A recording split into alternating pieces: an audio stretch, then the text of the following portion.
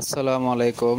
DDL 9000C দেখেন 303 এরো আসছে। 303 এরো কেন আসে? দেখেন আমার এই মেশিনটা সুইচ দিছি, সুইচ দেওয়ার পর আমি মেশিনটা যেই চালাইতেছি, চালানোর পরে দেখেন এই মেশিনটা পাড়া দিলে কিন্তু মেশিন চলার পর মেশিনের 303 আসতেছে।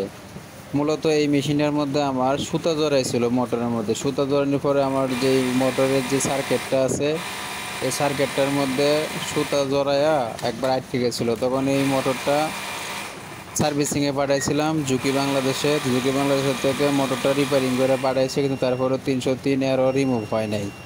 303 রিমুভ যখন হয় নাই, তুমি আরেকটা মেশিনের থেকে আমি দেখেন এই মোটরটা খুললা চেঞ্জ করতেছি। আরেকটা অন্য মেশিনেতে একটা ভালো মোটর আমি লাগাই দেখবো কি হয়। তা দেখেন এই মোটরটা আমি খুলে ফেলছি। এখন আমি অন্য মেশিনের থেকে একটা ভালো রানিং মেশিনের থেকে একটা মোটর নিয়ে আসছি। এই মোটরটা এখন আমি মেশিনটা লাগাবো। লাগানোর পরে মেশিনটা চালাই আপনাদেরকে দেখাবো আসলে এটা কি 303 এরোটা আসতেছে, এটা কি মোটরের সমস্যা না বোর্ডের সমস্যা। আমার এই মেশিনে মূলত এটা মোটরের সমস্যা হয়েছে। তো দেখেন আমি আরেকটা মেশিনেতে মোটর এনে লাগাইছি। লাগানোর পরে দেখেন আমি মেশিনটা কিন্তু এখন চালাইতেছি, কিন্তু আমার মেশিনে কোনো সমস্যা হইতেছে না। তা আসলে মূলত 303 এরো আসলে আপনারা মোটরটা চেঞ্জ করে দেখবেন।